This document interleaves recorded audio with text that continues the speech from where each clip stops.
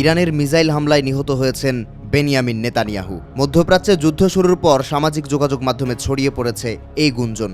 যদিও নিজের বেঁচে থাকার প্রমাণ দিতে একের পর এক ভিডিও প্রকাশ করছেন ইসরায়েলি প্রধানমন্ত্রী, তবে সবকটি ভিডিওতেই পাওয়া গেছে কৃত্রিম বুদ্ধিমত্তার অস্তিত্ব।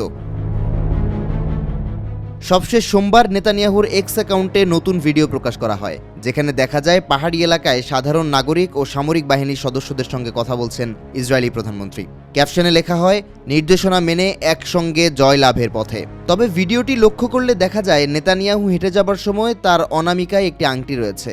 হাত নাড়ানোর সময় হঠাৎই আংটি অদৃশ্য হয়ে যায়। মুহূর্তের মধ্যে আবারও একই আঙুলে আংটি ফিরে আসে। 1 মিনিট 31 সেকেন্ডের ভিডিওর 29 সেকেন্ডে এই দৃশ্য দেখা যায়। হঠাৎ করে আংটির অল্প সময়ের জন্য অদৃশ্য হওয়া নিয়েই নেটিজেনরা প্রশ্ন তুলছেন। মজার ছলে এক ব্যবহারকারী জানান, এআই দিয়ে ইরানের ক্ষেপণাস্ত্রগুলোকেও গায়েব করে দেওয়ার চেষ্টা করতে পারে ইসরায়েল। আরেক ব্যবহারকারী ভিডিওর সত্যতা নিয়ে সন্দেহ প্রকাশ করেন।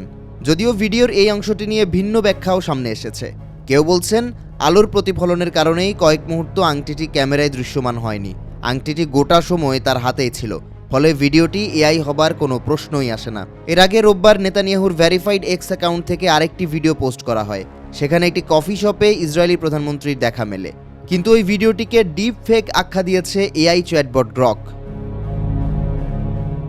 নেটিজেনদের দাবি, কাপটি কফি দিয়ে পরিপূর্ণ হলেও এক ফোঁটা কফিও নিচে পড়ছে না, যা অস্বাভাবিক।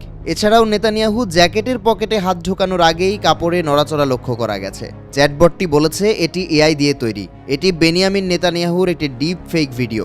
কমেন্ট বক্সে অনেকে মজা করে মাধ্যাকর্ষণ শক্তির অস্তিত্ব নিয়েও প্রশ্ন তুলেছেন।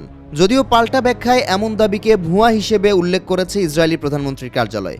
এমনকি প্রধানমন্ত্রীর শারীরিক সুস্থতাও নিশ্চিত করা হয় বিবৃতিতে।